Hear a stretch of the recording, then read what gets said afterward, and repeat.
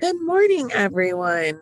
I saw it pop up and then I didn't see anything more. So excuse the delay, excuse the shock on my face this morning. Good morning. Good morning. How are you, Lori? I'm doing good, Lauren. I know I saw you looking down, but on mine, the numbers were starting to roll in. I'm like, what's she seeing? Is there going to be a problem today? I don't want problems. It's only it's the second week, second show of the new year. So we're on a roll right now. Pretty exciting last week to have so many people coming back from the holidays. And I'm going to make an announcement on who the next coming shows are, but I have a lineup, Lauren. I haven't even told you. I got to get all the marketing copy together, but I've got some lineup in February and March. It's starting. It's going to be just wonderful. Yay, I'm excited. And I think it's still safe to say Happy New Year, right? We're still in January. We can still say it. I think we can say it as long as we want. Oh, and Emma said that the chat's disabled on your side, Lauren. So I just enabled it. I'm not sure what's going on with our settings because that never used to be an issue. And something is going on now. So the chat is enabled now, and I will. Oh, you're welcome, Emma. I'll jump into our intro for those of you who are new. Good morning, and welcome back to our frequent flyers. And Lori, let me quickly share my screen, and I want you to confirm. Hi, Thurman, or I'm sorry, hi, Rick. Happy New Year to you. Good morning. Just let me know that you can see my screen, okay? yep, I can see it. Okay, perfect. There we go. All right, so I'll hop in. Good morning, everyone. My name is Lauren Simpson. I am with the SBDC, or the Small Business Development Center. We're a national program with over 1,000 locations across the country, and we offer no-cost services to local small businesses. Now, our services are at no cost to you because your tax dollars have already taken care of our fees. So you should definitely get in contact with us so we can help you out. For the Los Angeles network, we have several locations which are represented on the map in front of you. We serve the counties of Los Angeles, Santa Barbara, and Ventura. So if you are within any of those counties, please be sure to get in contact with one of our centers so we can offer you some of our resources. As you can see on the map in front of you, you'll see that we're as far out as Camarillo, Santa Clarita, Pasadena, over to Laverne, all throughout Los Angeles, and then we go all the way down to Long Beach. So again, if you are within that Los Angeles, Santa Barbara, or Ventura counties, get in contact with us. You'll want to do so because we offer no-cost business advising. I don't know that I can stress that enough. No-cost business advising, no-cost comprehensive workshops. So that advising comes from business experts within the field. You might even get lucky enough to sit with our guru of all numbers, Miss Lori Williams, and she totally is the guru. She knows all things with numbers, actually marketing, and I'm sure the list goes on and on and on. We also have experts. So her colleagues include those who have expertise in business planning. If you're looking for some help going from being a handyman, let's say, into construction, we have experts in all of those fields. So please get in contact with us. And then the virtual trainings, again, those are comprehensive workshops that help your business adapt. And then for those of you who are looking for growth, to grow. I think I've said contact with us or get in contact with us maybe about 50 times in the few minutes I've been speaking. So I'm going to say it one last time. Contact us, get in contact with us today because we'd love to help you. We'd love to share our resources. You can reach us by phone, 866-588-7232, or you can go online, smallbizla.org/new client. If you've reached us outside of our service area, so you've reached us outside of the Los Angeles, Santa Barbara, and Ventura counties, you can go to americassbdc.org/find your SBDC. Lori, I'm going to stop my screen share. Quick housekeeping. There we go. Please, those of you who are new to the show, be sure to put any questions into the Q&A. Lori will see those questions and then they'll either be addressed via her speaking or she'll stop and actually address the question. Either way it goes, put all questions into the Q&A, and then the chat's going to be used for any tidbits of information or links, contact info that Lori would like to share with you. So Lori, I think I've done it. I'm going to throw it over to you. Good morning to you. Good morning, Lauren. In fact, speaking of links in the chat, I'm going to have a whole bunch of stuff in the next few slides, and Lauren's going to be busy pasting everything into the chat so you have access to it. So this is just my reminder. I said last week, it's just a little bit of a tidbit of information on things that I see sometimes people forget. So if you have a seller's permit, your annual sales tax report is due by January 31st. Keep in mind, if you applied and got a seller's permit, but maybe you didn't have any sales, you thought you were going to, until you close that, you are still responsible for annual reporting, and you can get a penalty for not filing. So little heads up, if you didn't close a seller's permit that you opened, make sure you annually file with zeros and then close it. Now, if you're in LA County, the business tax renewal is February 28th or sooner. I think it's February 28th. If you don't file on time, you lose the exemption of under 100,000 in sales. So I always like to give a heads up because people get caught on that. Speaking of tax filing, if you're an LLC or an S Corp, keep in mind if you have had any transactions, including opening a bank account, paying for an expense, if you're an LLC, you must file a tax return. I know a lot of people took advantage of the LLC opening last year, and they don't think they need to do a tax return because they didn't have sales. So I'm here to say it's about transactions, and you could have paid for the LLC incorporation, which is a transaction causing you to file a tax return. Now, if you're an S Corp, no matter what, or LLC taxes an S Corp, even if you had zero transactions, you must file a tax filing. And the deal is that the penalty for not filing is more than not paying. Yes, not filing is more than not paying. Also, if you don't file, then you lose the statute of limitation on the amount of time they can even go after for back payment. So this is one thing I learned when I was going through my enrolled agent training that I wasn't aware of. You know, it's always like, I hear people, well, I didn't get around to filing. I was afraid of filing. File. You can always make a payment plan if you need to, but at least file.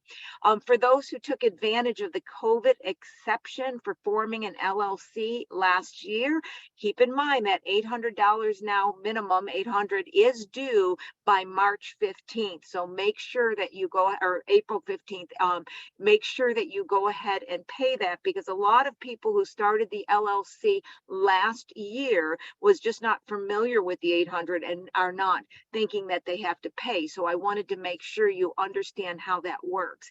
Now, here's another new thing as far as deadlines. There was a storm just recently, as you know, and so for people who are located in the areas that are on the screen, your deadline for filing has been extended to May 15th. Lauren's putting a link in the chat that is going to enable you to go back and see that if you are affected in this area.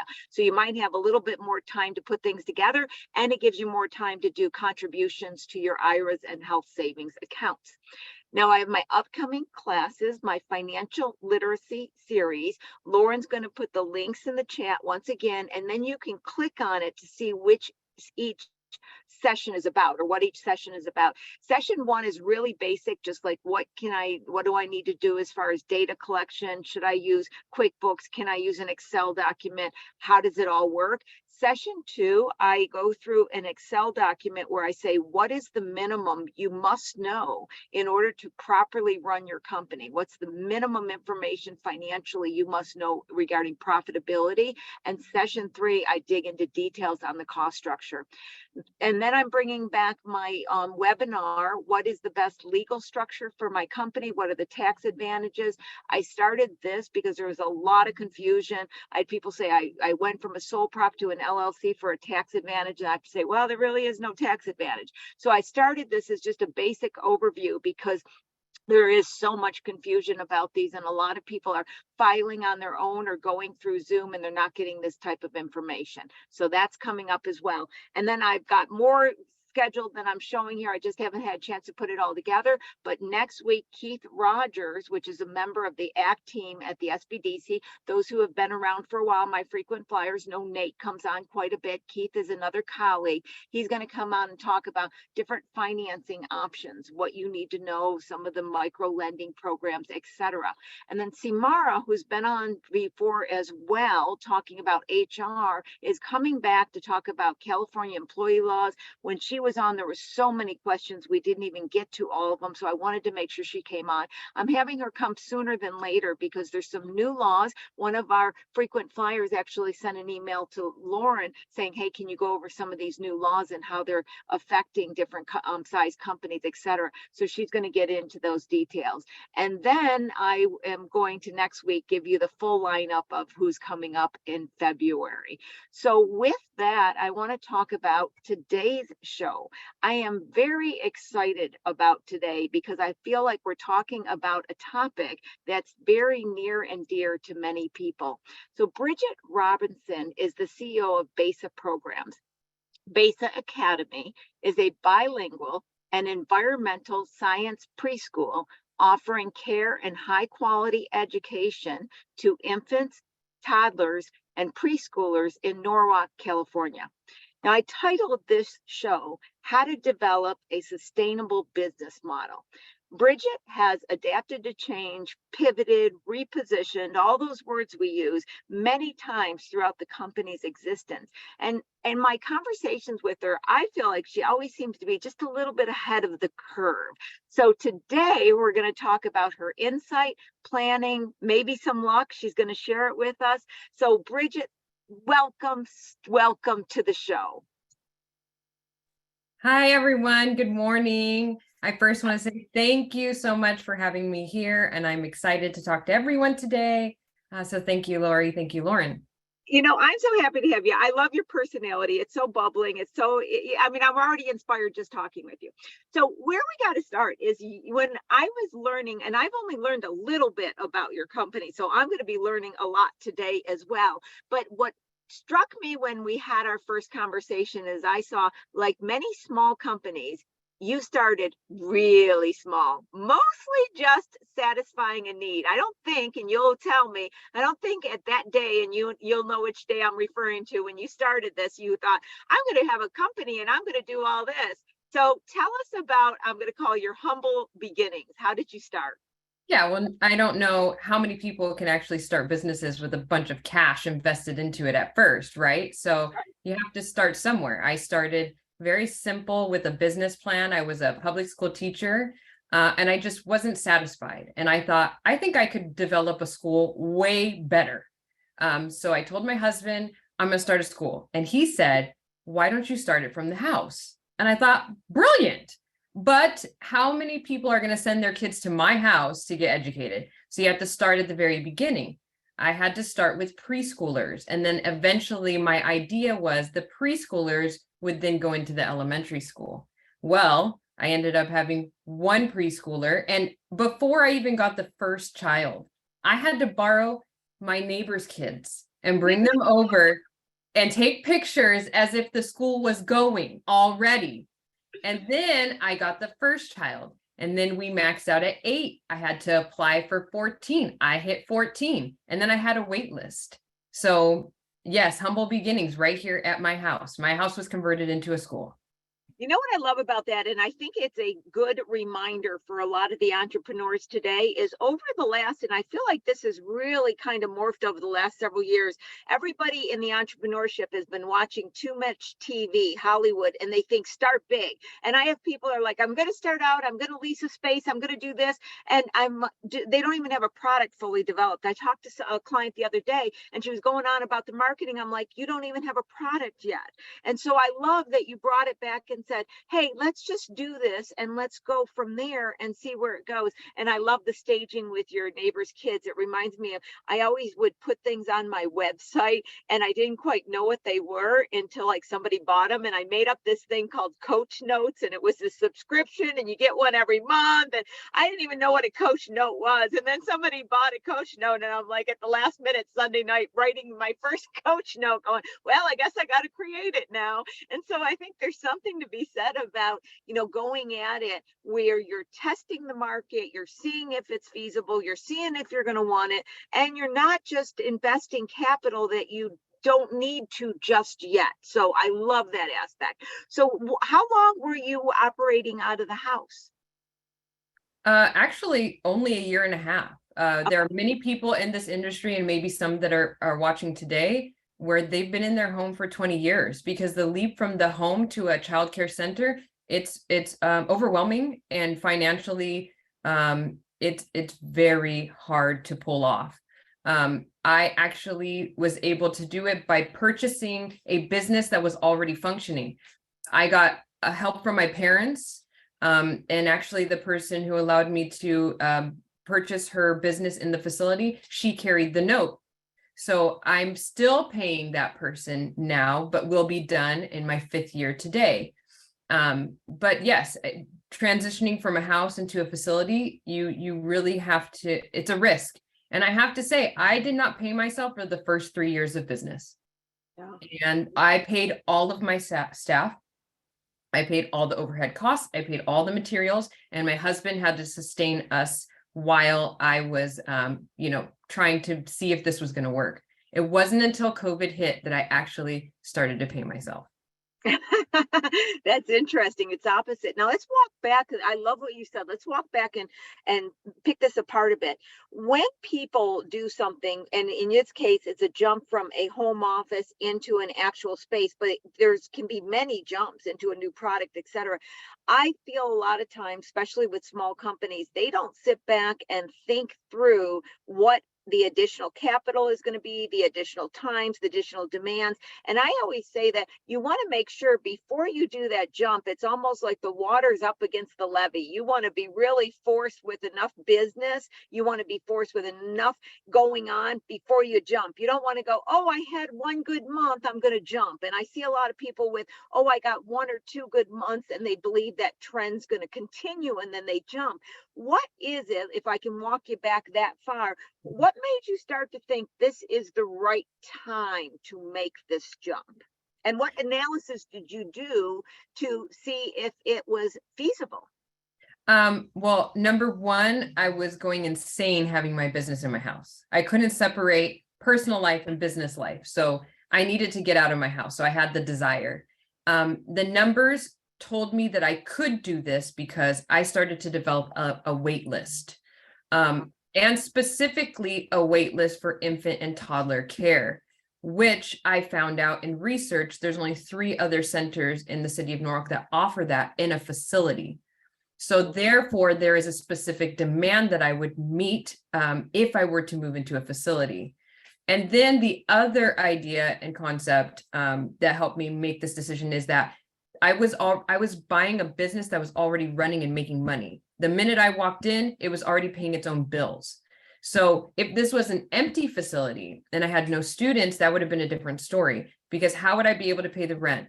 How would I be able to pay the staff if I had no clients to start, utilizing money, because I had no money to start in the first place? Right. Those were the things that I looked into before I made that jump. And all the while I was looking for a facility. So it wasn't like, oh, I have the idea today and I'm going to do it today. No, it took me a year of looking and doing the research before I even moved into that. Now, a lot of clients right now are either in the process of trying to sell their company to somebody else, or maybe trying to buy something, but mostly trying to sell. Those kind of transactions are being discussed now within a lot of clients I talk to through the SBDC, some of them out of necessity because of COVID, et cetera.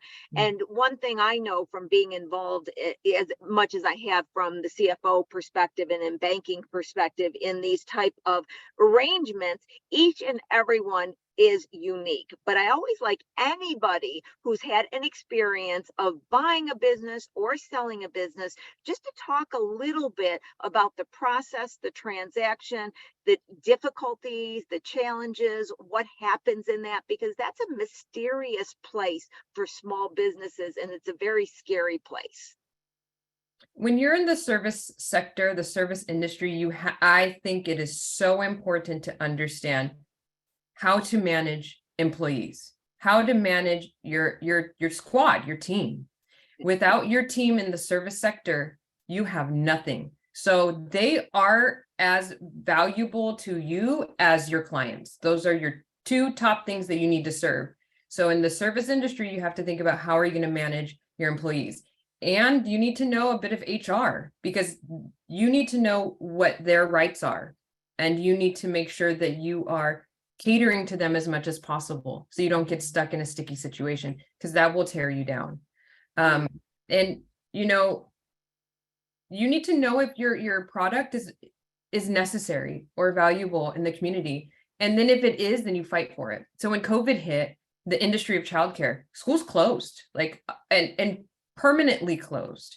And that could have been us. We were a newer business here. We didn't have really established roots, but we stayed open. I had to apply for waivers to stay open. And therefore, all of the students from those schools that closed, they came to us. Wow. And so we were able to make it work. And then I had to beg parents to keep paying tuition, even though they weren't coming.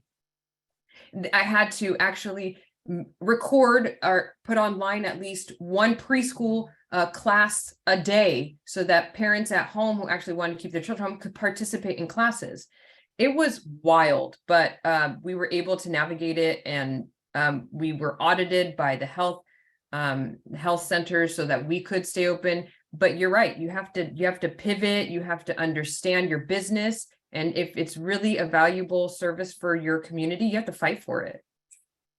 Wow, I'm just in awe, Bridgette, because you're one of the only people I've spoke to in that space, in dealing with children in any space that was able to actually stay open and succeed. And I have to believe part and parcel was, like you said, reaching out to the parents. It was the relationships that you must have communicated and built some sort of trust, enabling them to feel comfortable with their kids coming, and flexibility. So really kudos to you on that. And that's, I also think, is one of the greatest advantages of being small, because you can have those personal relationships, etc. Mm-hmm. Let's go back a little bit. When you purchased the business, were you purchasing the employees? Because you speak about employees in HR, and we're going to talk about that a bit too, because I love how you noted on the fact that you have to know the HR laws.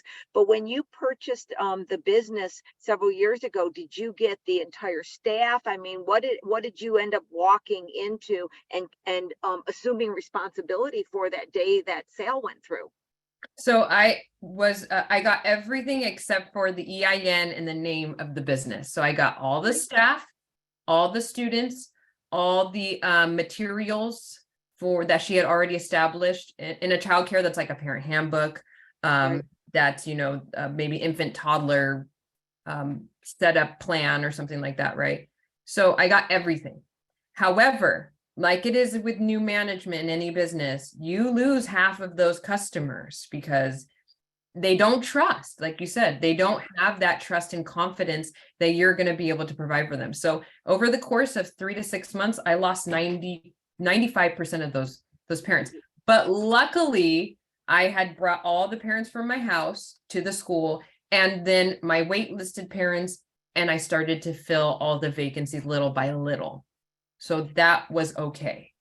Yeah, that was your saving grace. Because, when people talk about selling or purchasing, going back to a service business, I always say they're very complicated because you can't force those parents to send there's no contracts. So you're buying on the hope that the staff will stay, because you can't buy staff. You can't buy the customers by contracts like you would with maybe somebody had a cleaning contract with a corporation and they bought the company and therefore the contract was still valid. You are literally hoping that will stay in place. And that's where it's really hard to negotiate buying prices and selling prices and do financials, because you always got to have a consideration that if this percentage doesn't stay. I just maybe a month ago helped somebody look at some numbers of a company they wanted to buy, and I said, you got to take a factor of subtracting 50% of these revenues and seeing if you can last. Because if you can't last,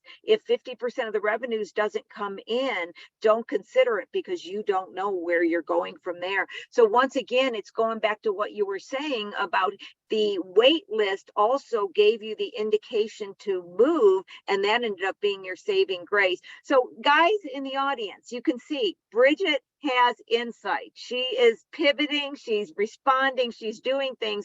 But like I said, Bridgette, you're not just kind of sitting back, you're being extremely proactive in each situation. And like you said, you got to fight for it. You know, you're very much on top of things. Does that resonate? Has that just been part of your personality? Were you like that as a child as well?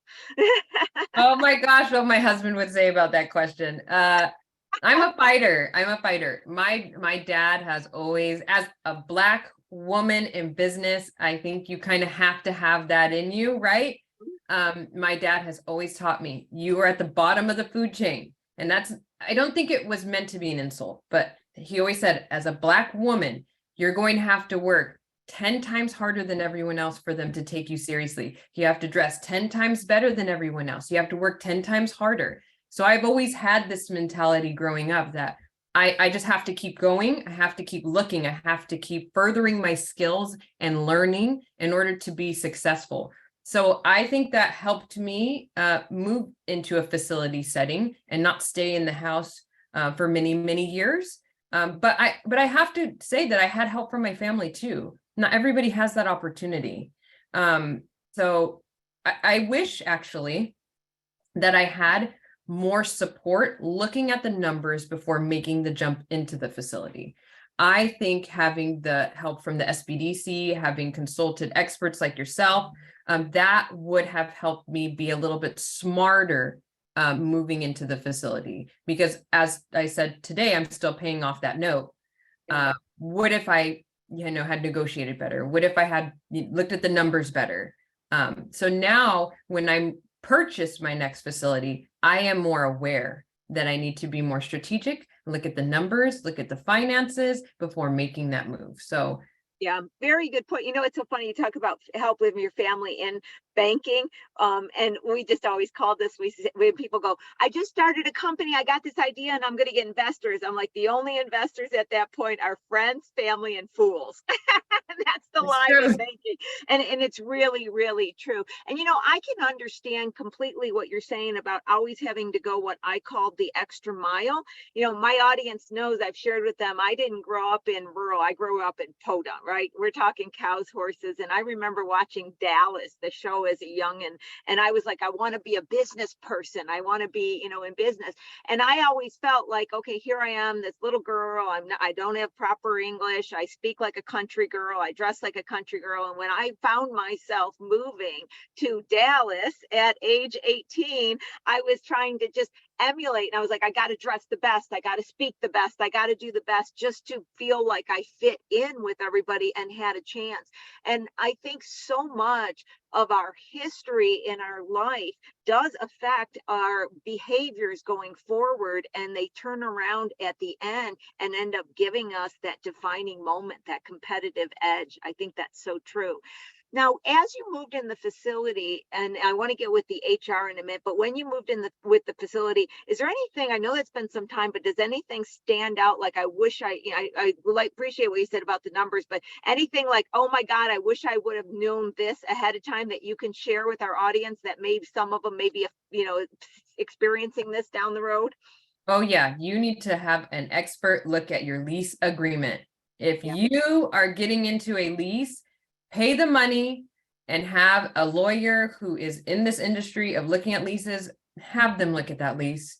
That will change however long you're in that lease for. I have had so many issues, and it's almost, caused a little burnout because of, having to adhere to a lease that's not reasonable, it's not fair. So definitely the lease is huge. Also, if you have someone like Lauren or, an accountant, make sure that they look at, if you're purchasing a business, make sure they look at the P&L, make sure they look at the balance sheets for the last years, make sure to look at the tax returns, because some of those numbers can be modified to make the business look like it's making all this money. But in the reality, if you look at what's been actually verified in tax returns, that's a different story, right? Right, Lori? I mean, Oh, totally true, Bridget. And I'm so glad you're bringing it up, because actually last week, Jason also mentioned things like, excuse me, losing my voice today, triple net on the lease. A lot of people don't know what triple net is, and suddenly they get hit with this expense at the end of the year they never anticipated. Yeah. And when people do their internal profit and loss, there's much you can do within the internal reports. They may even take some of their personal things in and then say, well, this isn't going to be within the company, and so I really made this amount. The tax returns is where you go to. That's why banks always ask for internal P&L and 3-year bank tax returns. Tax returns and comparing the two tells the full story. And so many times I see, especially in the transactions between the small companies, you have them just communicating between themselves, and they don't want to hire an expert to look at the lease because they're worried about money. They don't want to hire somebody to look at the financials, and financials are tricky little things. You really have to know. And it's not always that the small company is trying to hide something. They don't know their own profitability a lot, and they've been looking at their numbers and they're not sure of them. And so it's really a challenging situation. So I'm really glad that you brought both of those points up.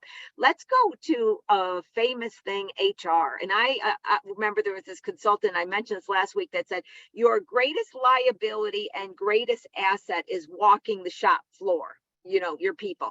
And I love how you really identified that if you're in a service business, it is your people, because that is the product. They're creating the product. But so wherever you want to start, because there's from motivating to managing to all of the California HR laws you have to be aware of.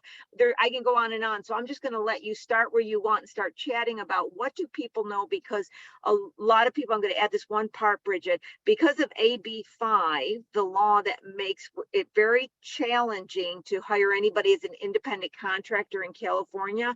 Many in our audience are going to have to hire at least one employee to satisfy AB5. They're not going to be able to pay them as an independent contractor. So whether you're, just one or many employees, a lot of the HR laws are suddenly something they have to be aware of. So take it from there. So my OGs in the business, we all started out in the house, and everybody had the same mission. We had the same purpose, right? So it's easy to have a business when everybody is aligned with your mission. And it's easy for that to happen when you're very small, right? Yep. When you start to grow and you start to expand, now you're hiring people to meet a demand, and they don't necessarily have the same vision as you or mission. So it is up to you to educate them and make sure that they understand why they're there. And so that is a very important part of HR, is always staying true to your mission, always teaching them the expectations, always helping them understand why they're there and what they're supposed to be delivering. Okay. And then how you do that is you create a positive team environment. I'm all about team building. So you need to make the space positive for everybody. I usually like to have 2 different point people, kind of like good cop, bad cop. So that you don't have somebody, so that your staff doesn't feel like you're always punishing them. You're always on top of them. You're always grinding, like you need to have a good balance with your team. You need to have somebody who's an enforcer, but you need to have somebody who's caring and nurturing. And if you could do both of those things, great. You're like a master employer, but you also need to think about it, when you walk into your business, do you feel good being there? Do you like the people that you work with? Do you like your own employees? So you have to think about those things. And then after you have established this team, what are their rights? Because they will come and ask you. They will advocate for themselves. And the ones that don't, you need to teach them so that when they leave you and they go to the next place, they're educated on their rights. I think those things are very important. And I learned all of this from my friend who was in HR, who came to me and said, let's talk about all the HR stuff. I know it's going to be uncomfortable, but you need to know these things. And when I actually got an HR consultant, it catapulted my business because my employees were being taken care of, and my clients, you could see the difference. And I got more clients, and people were more satisfied with the services because people were happier. You know what I really like, and Lauren, if you can put this in the chat, you had said that when you first hire and you're really small, you're hiring around a vision, but eventually you're hiring for a demand. And that is so true. And then you tied it back in that you then have to educate them and inform them on the vision so they know what they're doing and why they're doing it. I think that was, I've never quite heard it said like you had. And I think that's very insightful. And as far as HR, there's a whole lot, isn't there? Even from having to have an employee manual and having to make sure you have the posters up. Even if you're online, you have to have a spot to have the posters. I mean, it goes on and on. So tell us a little bit about your hiring an HR consultant, because many people, small companies, don't even consider that at all. And I feel like at this point, with where the laws are, it's almost one of those things you don't want to not consider. Give me your thoughts on the importance of an HR consultant, and also just give the audience kind of a feel for when you speak HR laws, you're not talking just a few items, are you? No. And okay, I just want to start with workers' comp. Oh, Okay, that number one, workers' comp. Okay, you never know when somebody's going to get hurt. You don't, and it is your responsibility as an employer to have a safety net for your employees that get hurt. So when HR came in, they were like, "Do you have a workers' comp policy?" No. Well, what the heck? yeah. You have to have that. Okay, so that's just like the foundation. That's basic, right? And then you go into every year minimum wage goes up. What if you didn't have somebody on minimum wage and they've already been paid for 3 months? Well, now you got to. So there are just certain systems and policies that you have to have in place to make sure that you're protecting yourself and that the employees are getting what they deserve in the state of California. Also, you know, there's policies about if your staff members are using phones. Yeah.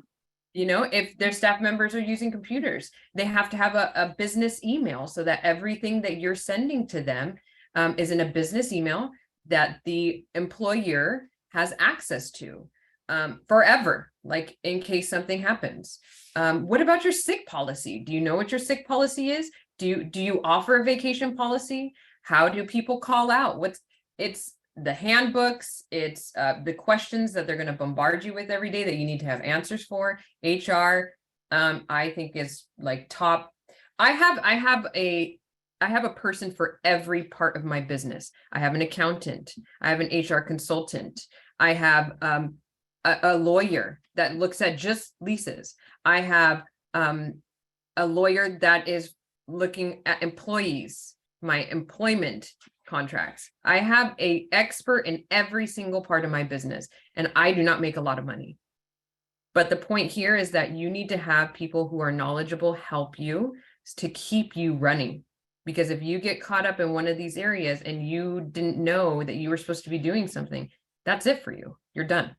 I know, you know what I've been saying a lot lately is there's really, and follow me where I'm going, I say there's no such thing anymore as a small business. And that's because small businesses back when I was a kid in the country, you know, they were mostly cash bases. They didn't have all the HR stuff. They weren't taking POS and systems and all this and invoicing and all these things that they had. They kind of kept a paper ledger and then handed it to an accountant to do their taxes.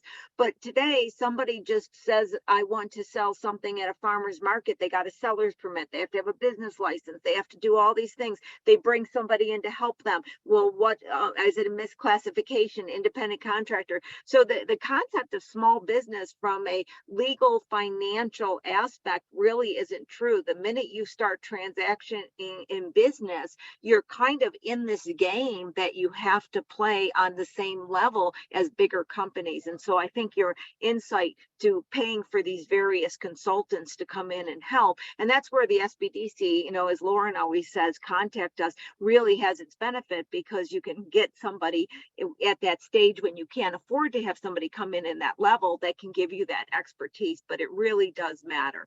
Let's talk about marketing and getting new customers, if we can say that, because over the time period, I'm assuming your waiting list didn't just always be on the large side. You eventually had to go out and kind of grow the company to fit into the new space. So tell us your tidbits and information in that arena. Oh my gosh, I really don't like marketing. I'm really bad at it. I'm so bad at it.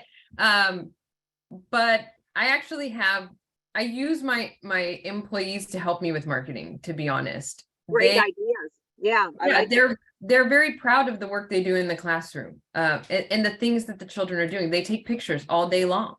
So what we do is we have a little place where they can dump their pictures, and then they put that on Instagram.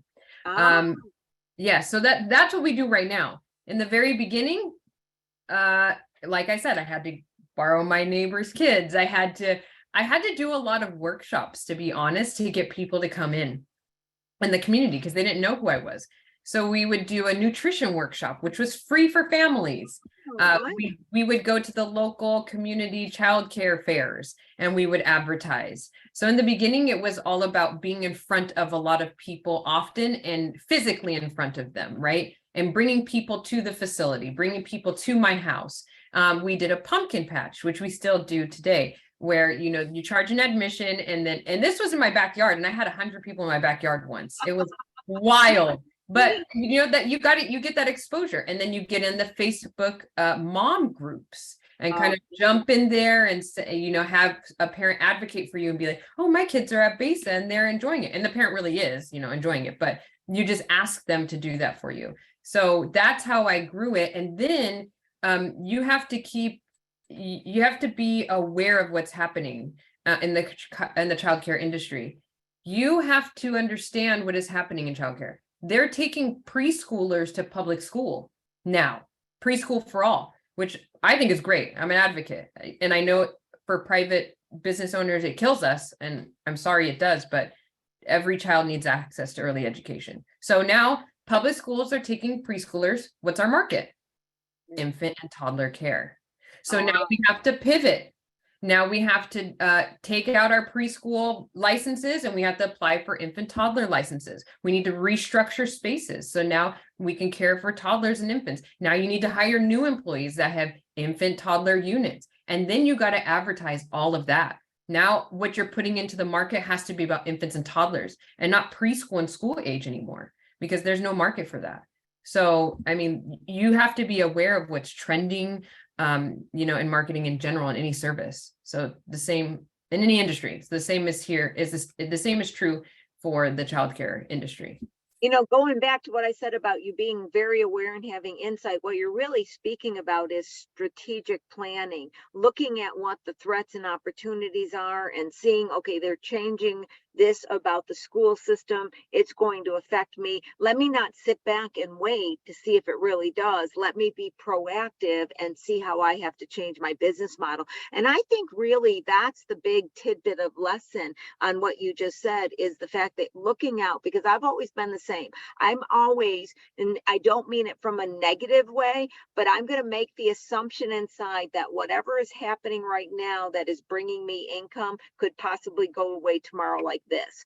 By coming at it from that perspective, it causes me to always be looking behind and going, what if, what would I do then? Now, I may never have to enact on that plan, and I'm not getting it to details if I don't feel a threat, but I have an awareness, I have a consciousness. And I also think it gives you courage and strength, because you do see and are living somewhat, if this happens, then I have this as an option. And so I think it gives you that feeling like, okay, I've got more control than this is controlling me. I heard an expression just yesterday that I love.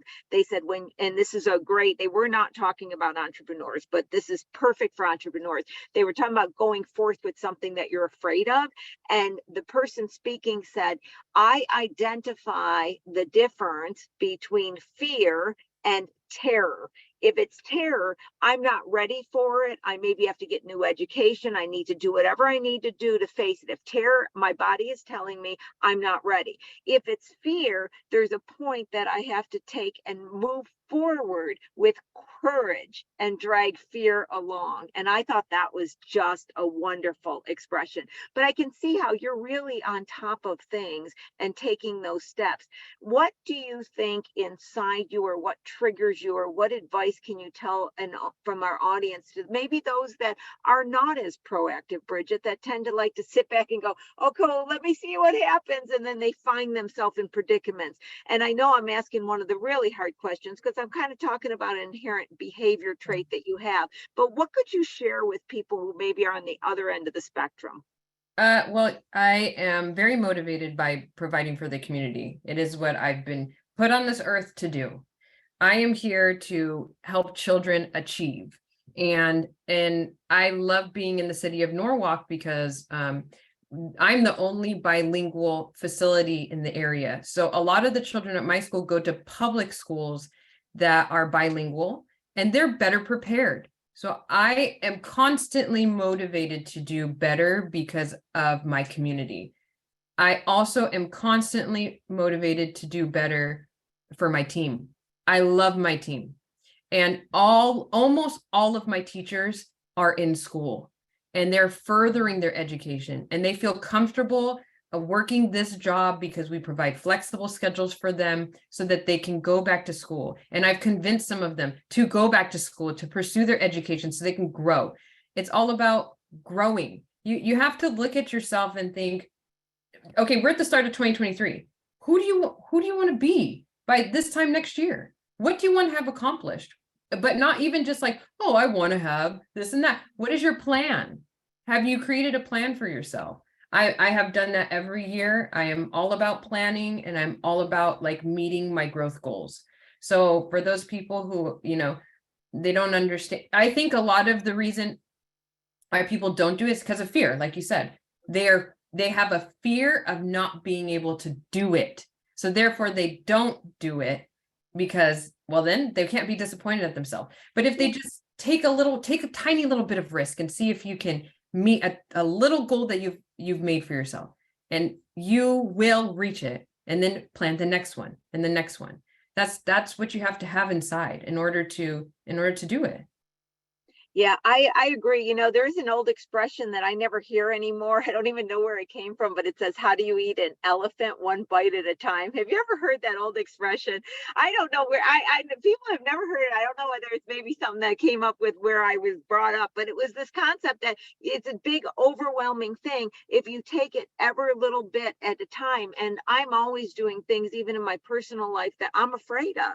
And I'll be like, okay, I'm a little afraid to do this. But then when I start planning and preparing. I think the planning and the preparing helps combat the fear and also feeds into the potential success because you're planning and preparing. And I always say, take a look at the very worst thing that could possibly happen and live with that for a day. Because if you can live with that, then you can continue. And one of the phrases that I love is live life fearlessly.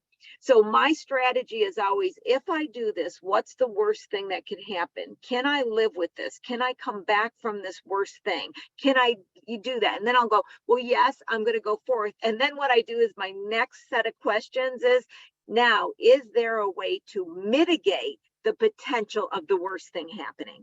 Right. And now I've got kind of bookends. I've got, this is where I'm wanting to go, the best thing. This is the worst thing, mitigated as far as I can. Now jump in and live life fearlessly with an awareness around you. And I think that's what it's all about. I really do.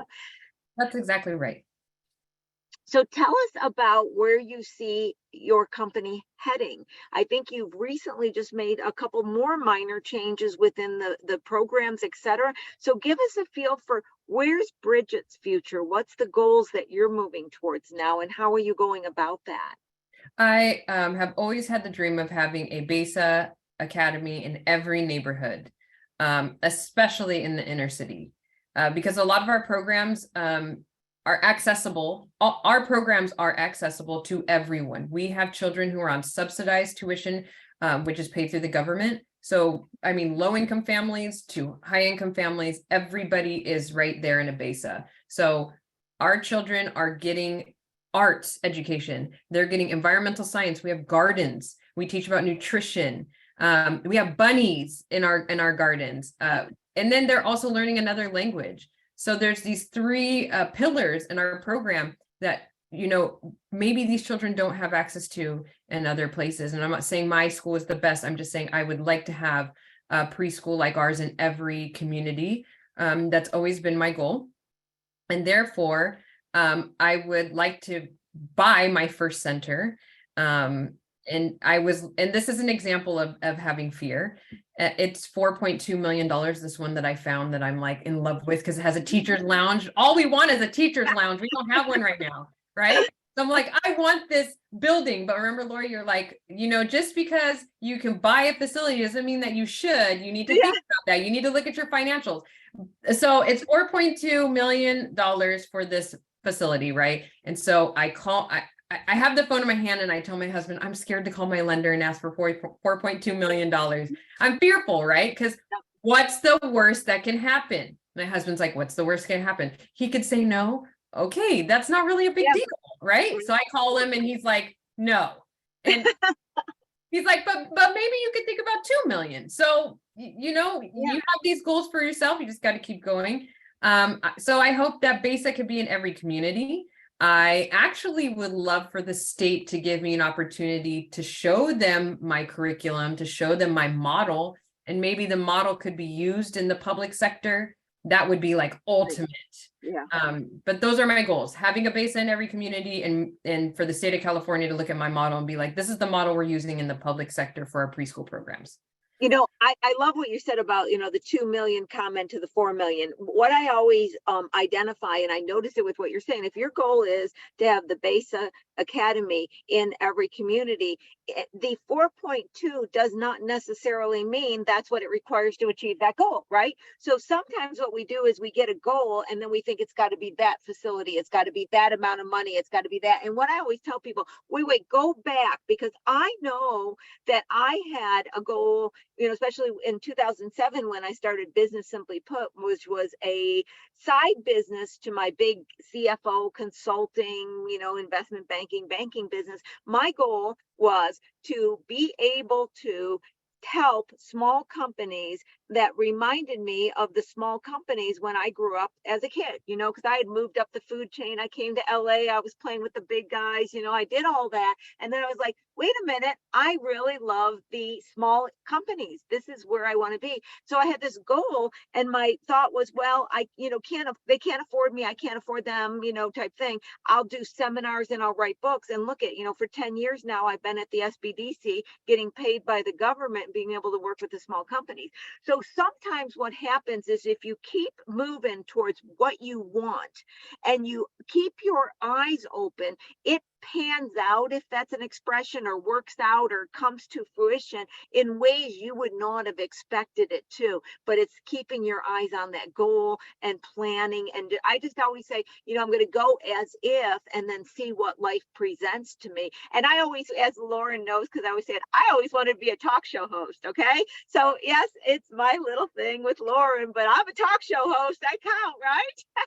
And who knows, maybe some days, I'm always kidding, I'm going to pick up the phone and go, Oprah, oh yeah, and I'll be there. I'll clear the calendar, who knows where it will lead. But I think that, I want to add this part is that, the last couple years, anybody in the audience, I think you can agree with me, it's been hard. It's been hard.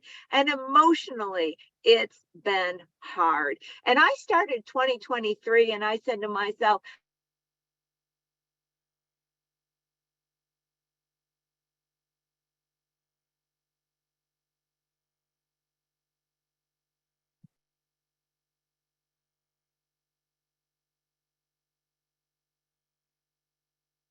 so with that, I'm going to throw it back to you, Bridgette. We got a little bit of time. Words of wisdom on anything you want to talk about to leave with the audience today.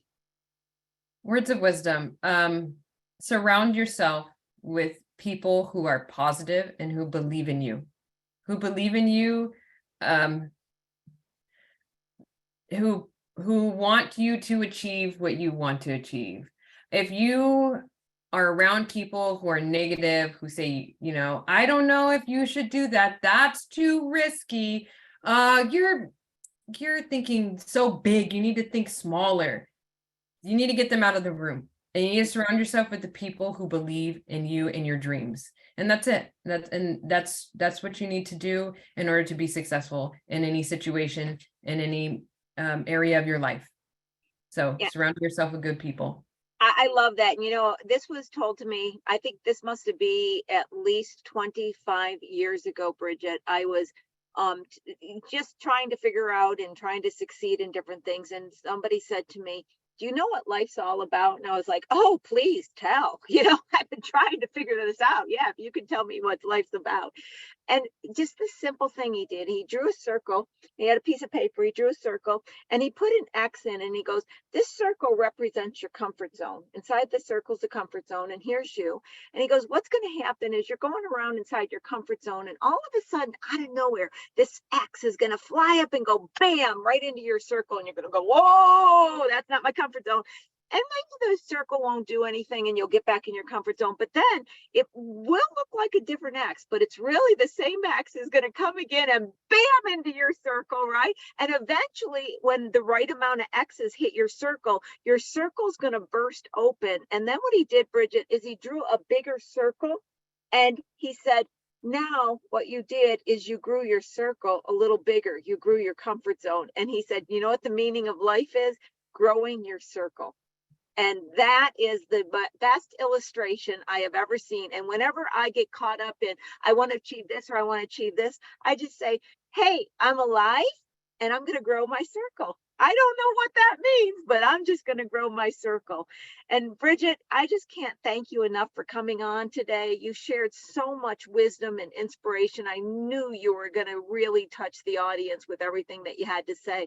And I think that the big takeaway for me, and I hope you guys in the audience picked up on it, is Bridgette really has a sound foundational understanding of what it is she wants, where she's going, who she needs to be with her going there. And I think your ability to know it first within yourself so well allows you to communicate it to other and expand it, to expand your circle.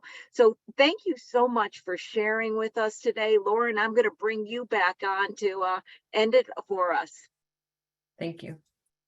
Bridgette, I wanted to say really quickly, I have 3 children. I wasn't able to get my oldest into a bilingual school, but my middle child is at a bilingual school, has been since she was in TK. All of that to say, she's now 4th grade, completely fluent in Spanish.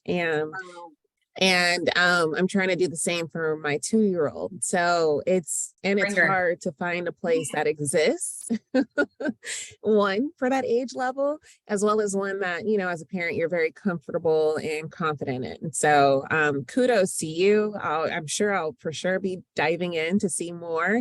But this was a really great show. It was super informative, per usual, Lori. I know.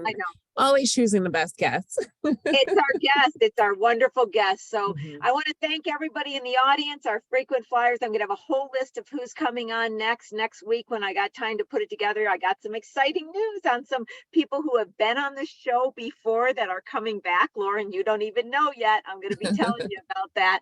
So thank you again to Bridgette. Thank you to everybody in the audience and Lauren for holding all this together and doing all the logistics. I just love having our show. I will see everybody next week. And Lauren, I'll leave it for you to make sure you do the follow-up, and everybody that needs contacts or anybody that wants to get in touch with me, Lauren's your person. Just send an email to her and she'll be able to track me down.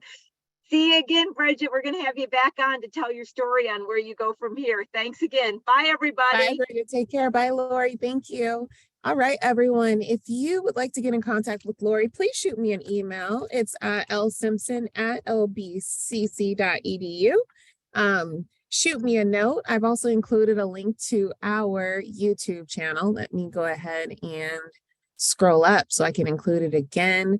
All of our YouTube playlist includes all of our previous shows. And normally it takes about, 24 to 48 hours or so before the next show is up. So this one will definitely be up before the weekend. And if you would like to offer any show topics or come on the show, please let us know. Just shoot me a note. All right, everyone, have a wonderful Wednesday, and we will see you next week, Wednesday at 10 a.m. for another episode of Small Biz Talk episodes, solutions for your small business. Take care. Bye-bye.